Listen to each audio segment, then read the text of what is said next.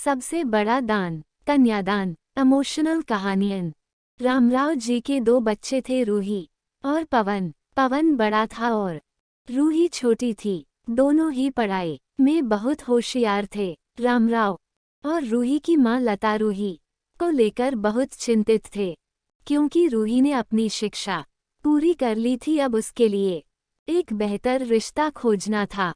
एक दिन उनके करीबी रिश्तेदार का बेटा दीपक शादी में रूही का हाथ मांगने के लिए उनके घर आया। दीपक को सभी पसंद करते थे। वह दिखने में अच्छा था और एक अच्छी कंपनी में कार्यरत था। दीपक के परिवार को भी रूही पसंद थी। फिर इन सब के बाद शादी की तारीख तय हो गई और पवन के भैया और रामराव शादी की सारी तैयारियां कर रहे थे, क्योंकि शादी नजदीक थी। सारी तैयारियां हो गई, शादी का दिन भी आ गया।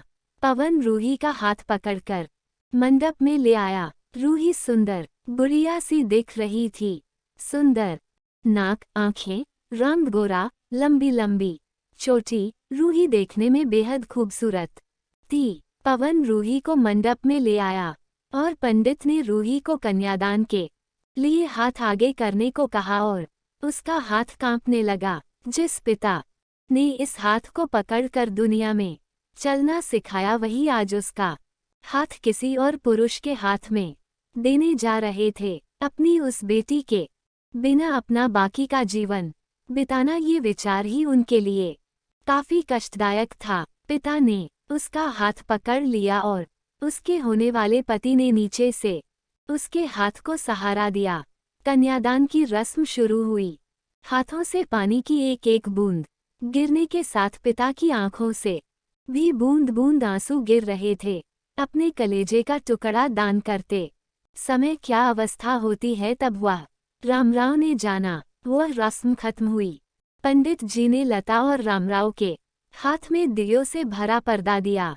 उनके सामने बेटी और उसका पूरा ससुराल परिवार बैठाया और पंडित जी ने कहा, आज से आपकी बेटी उनकी हो गई। उनसे कहो कि उसका अच्छे से ध्यान रखें। लता अपने मायके वालों के लिए एकदम पराई हो गई। उसकी आंखों में आंसू भर आए। रूही को 2 दिन की ट्रिप पर भी भेजना माँ के लिए कितना मुश्किल होता था, और अब उसको हमेशा के लिए दूसरे के घर भेज दिया जाए और उसके अपने ही घर का मेहमान बना दिया जाए। यह बात अब माँ को समझ आ रही थी। उस रस्म के बाद दूल्हा गेट पर आ गया। पंडित जी ने आवाज दी, लड़की के मामा लड़की को लेकर आओ। उस मामा का हाथ पकड़कर वह उस अंतरपाठ पर जा रही थी। सुबह उठकर एक साथ नाश्ता, फिर मस्ती, फिर मामी के हाथ का खाना और रात में मामा के गोद में सिर रखकर सोने वाली भांजी आज उस मामा को दूसरे के हाथ में सौंपनी होंगी। यह सोचकर उसने अपने हाथ कस लिया और मंगलाष्टक प्रारंभ हो गए। भाई दूज के दिन बिना कुछ मांगे मिलने वाला गिफ्ट एक साथ फोड़े हुए पटाखे। टीवी कौन देखेगा, इस पर झगड़ा और दादाजी गुजर जाने के बाद उन दोनों का गले लगकर रोना। दोनों भाई बहन आज एक दूसरे को देख रहे थे। उतनी ही देर में मंगलाष्टक समाप्त हो गए।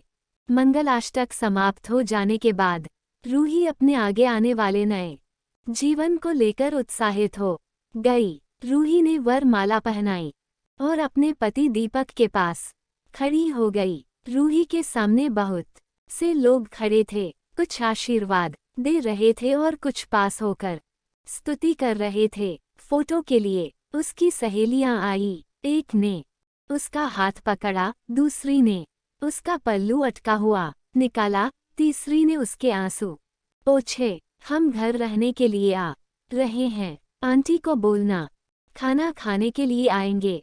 उसे उस एक कमरे की आवाज, एक दूसरे के अधिकार और वह दिन याद आ गए जब वे एक साथ रहती थी। अचानक पति दीपक ने कहा कि तुम चारों की तस्वीरें ले लो, मैं साइड में खड़ा हो जाता हूँ। और वह चारों चेहरे हंसे।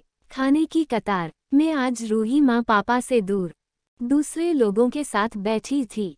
खाना खाने के बाद पंडित जी ने गौरी हार की पूजा करने के लिए बुलाया। रूही ने वहां मन से पूजा की। माँ ने रूही की झोली भर दी और अनीता आंटी ने कहा कि आप पीछे मुड़ना मत। रूही अचानक चौंक गई। वह आगे बढ़ने लगी।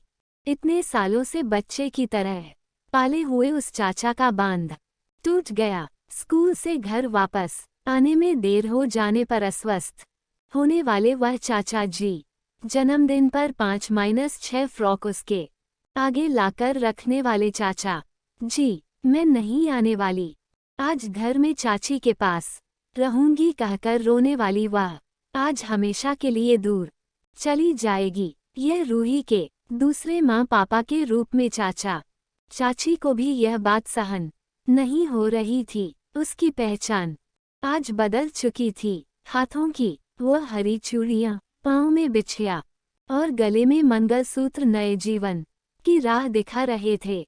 सास का हाथ पकड़कर रूही उस फूलों से सजी गाड़ी में दीपक के साथ बैठी।